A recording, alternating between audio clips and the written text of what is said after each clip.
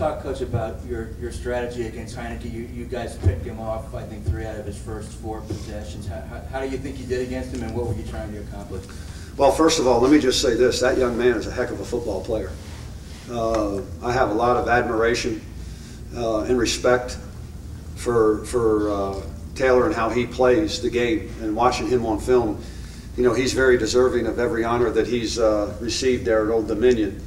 And I'm just, you know, glad that our kids played the way they did, because, you know, he's outstanding. And, you know, we defensive coaches sat down and we came up with a plan that we felt could be the best for us to be successful. We basically played a dime scheme, 6 defensive backs, and we ended up getting really our best. And when I say this, I'm not slighting anybody, but we got our best front 4 that we thought in terms of speed and athleticism on the field. And even doing that, I mean, he drove us nuts with the scrambling and everything else. But we just knew that we had to try to pressure him and change some looks up on him to try to confuse him. And I thought we did a good job. And the thing that I'm most proud of is the fact that we kept him out of the end zone. He might have had some yards, but to get 3 picks against him, to only have him put up 3 points, I think I was told after the game that that's the lowest amount of points he's ever been held to since he started starting at Old Dominion. I think 14 was the previous low. So again, I just thought our guys, you know, really just did a great job of executing the plan that we had for him. But like I said, to me, that young man has got all my respect, and he's an outstanding football player. Coach, to your right, last week CJ was the obvious hero. This week the offense had plenty of stars, and it just seems like all the weapons that you had were effective. Was that part of the plan to get everyone mixed in with the offense? Well, I think what happens is that people that we play, they have to decide who they're going to take away or what they're going to do. And I think Old Dominion tried to take CJ away a little bit this week because of what he did last week. And as they took CJ away, you saw what Brandon did, and you saw what Albert did. So again, I just feel good about the fact that we have some guys who can make plays. And as we tell them, you can't get frustrated, you can't get upset if the ball's not coming your way based on what people were doing. You know, today they kind of rolled their coverage towards Dion. So because of what he did a week ago. Well, you know, that opens up Steph, and that opens up Nigel and some other guys. So what we have to do is we just have to make sure that we take what they give us, and when we can get the ball to those guys, then they have the ability to make big plays, which is nice to see. Coach, going back to the new defensive scheme you used with Roman playing inside attack, 260 pounds, what kind of effort and look did he give you?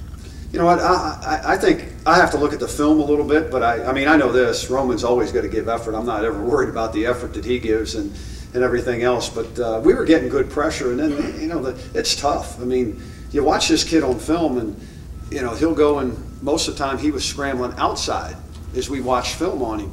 And then, so we were trying to make sure that that our ends didn't get up the field too far, because then what would happen is, you know, he could do certain things, and we made some adjustments after as the game was ongoing, where we tried to just say, hey, you guys can only get as deep as a quarterback, and then be ready to fall underneath. And a couple times, you might have had a game in the middle, and then both our tackles got flushed out, and it opened up. And then plus what we were doing from a coverage standpoint, we were kind of running off with guys, and that left, you know, the middle open like that. And but again, he's not going to hurt you as much running the football as he is going to throw the football. I know sometimes it gets frustrating for us to see that happen, but I'd rather have him trying to run the ball than him trying to throw the ball. Coach, Stephon obviously had a great game on the touchdown. Saw like a high step. It looked like you went over to chat with him after that. Can you share anything about that? Is that just a coachable moment? You know, I just try to make sure that when we have coachable moments during the game, that I think it's my responsibility to coach the young men up. And So again, if we see something that, if I see something that I don't think is what we think it should be, and to help, our student athletes become better, then we're going to address that. Because if we don't address it, then we're saying it's okay when it's not okay, and I don't want to see any of our student athletes do anything to hurt their reputation or hurt themselves or have people think maybe poorly of them. Over here, Coach. Did you go in thinking that, running the ball might help keep it away from them, or was it just, did it just sort of develop that you were a little bit more run heavy than you were in week 1? Well, we knew we needed to run the ball better. We weren't satisfied with how we ran the ball the first week, so we made a concerted effort to let our players know that we got to be able to run the football if we're going to be successful in this offense. So we wanted to run the ball last week, but we weren't as successful, but no, we feel as though we got to be able to run the ball if we want to be the kind of offense that we want to be. Randy, with JJ out, what did you think of the way Isaac and Will performed? Excuse me? With JJ out, what did you think of how Isaac and Will both did? Again, I'm sure that I thought they played okay, but again, I know we'll look at the film and there's going to be some things that we're going to coach them up on to get them better. But I was pleased with their effort in terms of how they competed. I thought Will tackled well. I thought Isaac, tackled well too. But again, our guys have the philosophy that, hey, you got to be ready to go. It's unfortunate that JJ wasn't out there, and I'll address that a little bit more tomorrow.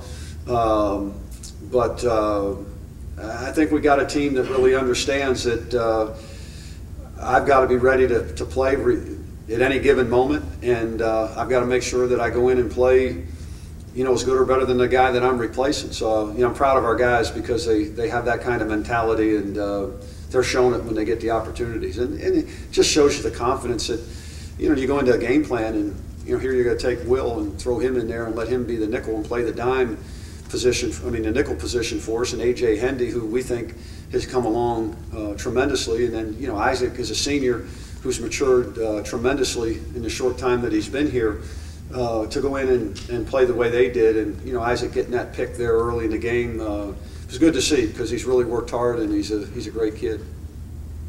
Hey, Coach, over to your left here.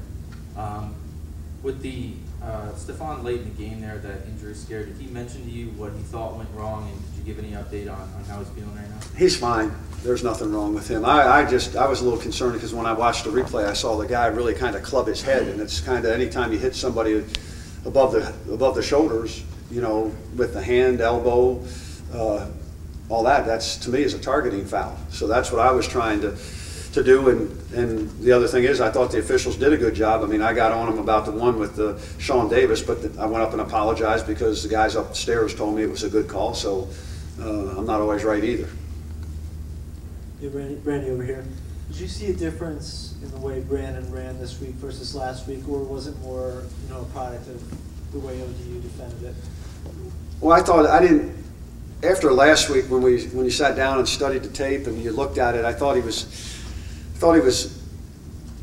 juking too much. I thought he was hesitant and he wasn't just hitting it and going. And then this week, I thought we talked to him about that after the game last week, and he did it. He came up to me towards the end of the game. He said, "Coach, did I hit it a little bit quicker today?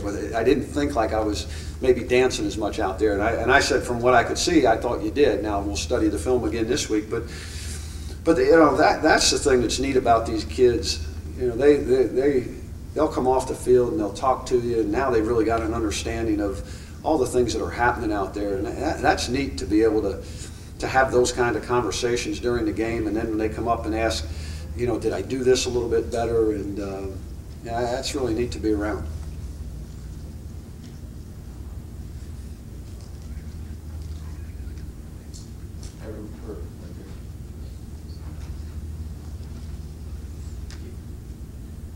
You're going back to UConn next week. What are your expectations of how your return is going to be?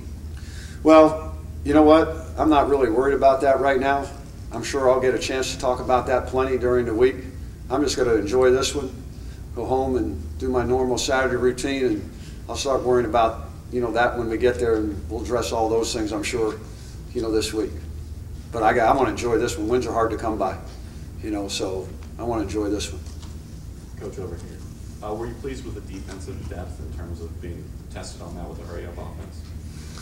We see the hurry-up offense every week, and from our own team.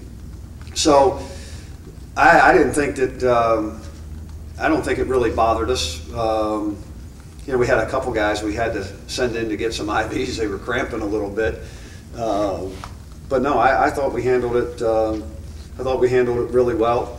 And like I said, it's good that we see those things against our own team. But overall, I just thought we had a great team victory, and I thought all three phases really did a good job. And I think it shows when you end up winning. I think it was 47-10, and you have the kind of stats we had. So again, I'm just proud of our coaches and proud of our players for the job that they did.